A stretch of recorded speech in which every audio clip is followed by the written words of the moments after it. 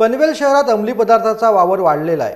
नवी मुंबई पोलिसांच्या अंमली पदार्थ विरोधी पथकाने एका कारमधून सुमारे 12,24,000 रुपयांचा गांजा जप्त केलाय। या प्रकरणी पोलिसांनी गांजा विक्री करणाऱ्या दोघांविरुद्ध गुन्हा देखील दाखल केलाय। या प्रकरणी एकाला अटक देखील करण्यात आलेली आहे, तर दुसऱ्या आरोपीचा सध्या शोध सुरू आहे। नवी मुंबई पोलिसांच्या अंमली पदार्थ विरोधी पथकाने मुंबई गोवा महामार्गावरती पाठलाग करत पळसपेजवळ ही कारवाई केली। वाहनामध्ये 12,24,000 रुपये किमतीचा गांजा लपून गोव्याला घेऊन जात असल्याची माहिती पोलिसांना मिळालेली होती। त्या आधारे पोलिसांनी ही कारवाई केलेली आहे। महाराष्ट्र शासनाच्या ड्रग्स फ्री महाराष्ट्र या धोरणानुसार आमचे पोलीस आयुक्त मिलिंद भारंबे सर, आमचे सहपोलीस आयुक्त, अतिरिक्त पोलीस आयुक्त गुन्हे, पोलीस उपायुक्त गुन्हे या सर्वांच्या मार्गदर्शनाखाली नवी मुंबईमध्ये नार्को टेररिझमला झिरो टॉलरन्स अशी मोहीम नवी मुंबई पोलीस राबवत आहे।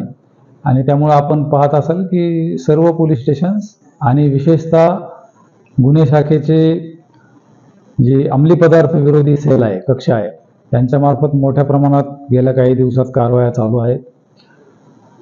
4 तारखेला आमच्या गुन्हे शाखेच्या senior PI ANC Neeraj Chaudhary आणि त्यांच्या पथकाला माहिती मिळाली की अशा पद्धतीने कॉन्ट्राबँड गांजा, नार्कोटिक ड्रग्स पनवेलमध्ये येणार आहेत। त्यानुसार त्यांनी सापळा लावला।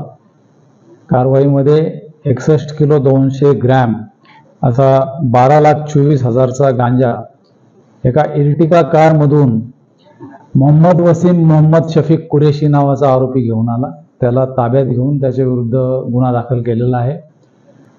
हा गांजा जो आहे तो प्राथमिक चौकशीमध्ये परराज्यातून आणला असल्याचं आरोपीने सांगितलेलं आहे। आमचे पोलीस त्या दृष्टीने जिथून प्रॉक्युअर केला, ज्या ठिकाणाहून गांजा मिळवला तिथपर्यंत जाऊन संबंधित आरोपी अटकेसाठी प्रयत्न करत आहे।